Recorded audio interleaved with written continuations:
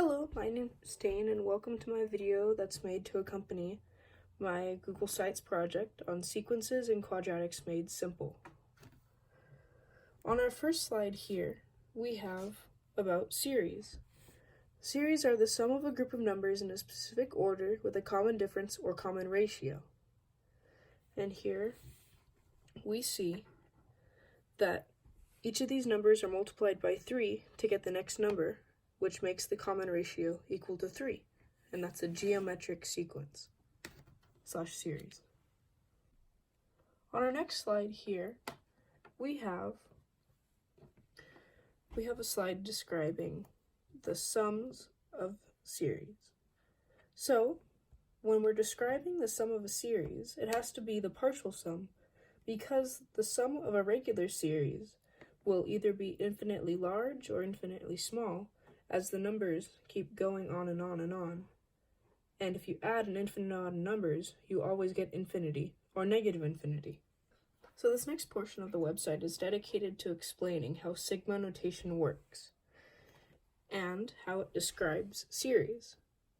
So the sigma is a Greek character that means to sum up, and the upper limit is the term that we add up to. So we go from the first term, or the lower limit, which isn't necessarily the first term, to the upper limit, which is like the stopping point. And then the expression, this is kind of the rule to go by, to turn the number of the term into the actual term following the rule of the sequence. As you can see with example 1, the rule is 4x squared, and we start at 4.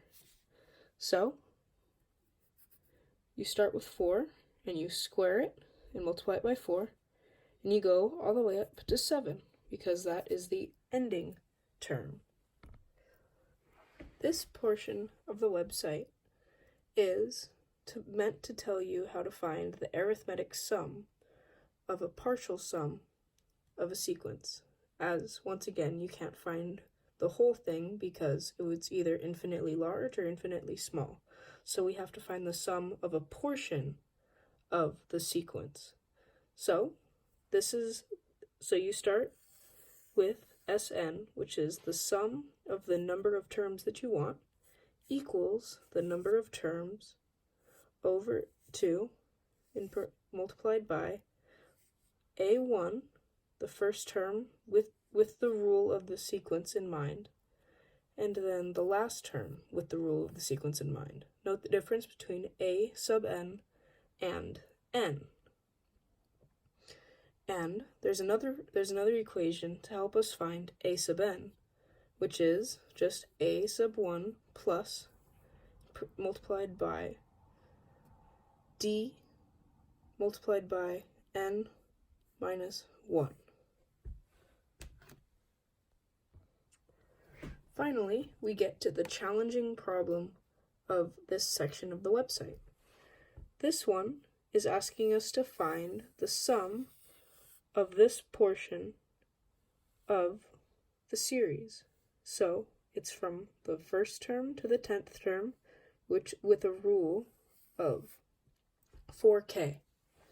So you use the equation S sub n is equal to 10, because that's the number of terms that we have, over 2, in parentheses with 4, as that is the first term, because if you multiply 1 times 4, you get 4, see? Plus, and then you have to use the equation for A sub n, which is A sub 1 plus D times n minus 1, and you plug all those numbers in, and then it goes to S sub n equals 5 times 44. And then you multiply 5 and 44, and what do you get? 220, the correct answer for the sum of this series, the partial sum of this series. Finally, we've gotten to the next section of the website, the section dedicated to quadratic functions. This is an example of a quadratic function in standard form, which we will review more later, and this is an example of what it looks like when you graph a standard quadratic function. On the next slide, we have what I said about standard form. So, you can immediately know whether the graph curves up or down by if A is positive or negative. You can immediately know the end behaviors, which is just another way of saying you know if it curves up or down because you know the end behaviors of that and you know the end behaviors of that. Here are some examples of quadratics in standard form, like x squared plus 2x plus 4. For the next form of quadratic functions, we have factored form, which I believe is the best and most useful. So, when a quadratic is in factored form, you can immediately see the x-intercepts, as s is the x-intercept, and t is the other x-intercepts. And there can be no x-intercepts, and there can also be one x-intercept. Here are some examples of quadratics in factored form, such as x plus 3, in parentheses, x plus 4 equals y. And notice that if you FOIL these out, you would get the same quadratic, but in standard form, which I mentioned earlier.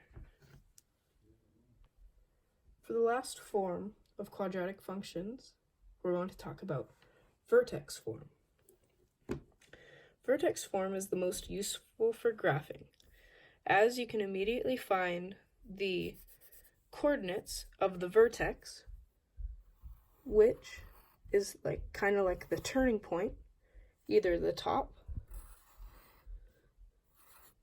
bottom or the top of a quadratic function, depending on if it's positive or negative. So you immediately know the x value of the vertex, the y value of the vertex, and you can also find out the compression, which is how steep it is, which is also useful for graphing. So, as we move on to how to solve quadratic equations, we encounter the quadratic formula, which is very important to know, as it is the only surefire way of finding the x-intercepts of a quadratic in standard form, which is a question you'll be asked very often. So, it's fairly simple. Once you have this memorized, x equals negative v plus or minus square root b squared minus 4ac all over 2a, you just plug in, see there's an invisible a, that's b, and that's c. So you just plug that all in, so it would be negative 2 plus or minus 4 plus 9, so negative 2 plus or minus square root of 13 over 2. You can simplify that a little bit further by doing that, and you would get that as your final answer. Those are the x-intercepts of the quadratic function. You can do it again with this one. As you can see, it just simplifies, as it always does, and you get a cleaner answer with this one. So here comes our final method for finding the solutions or x-intercepts of a quadratic function. This method is called factoring and is fairly simple, but not all quadratic functions are factorable. So, the first step is trying to find a number that adds up to b and multiplies to a times c, which is why you always want a to equal to 1 because it makes it a lot simpler. So, 3 and 2. both those numbers add up to 5 and they multiply to 6, so we found our solutions. So step 2 is to rewrite the quadratic function, but splitting b into those two terms. And then you factor it as a group, and then you just rewrite it, and our final answer would be -2 and -3, because you want to find what makes one of these equal to 0. And -2, if you plugged in x as -2, that would be 0, and then 0 times anything is equal to 0, which would make it an x-intercept.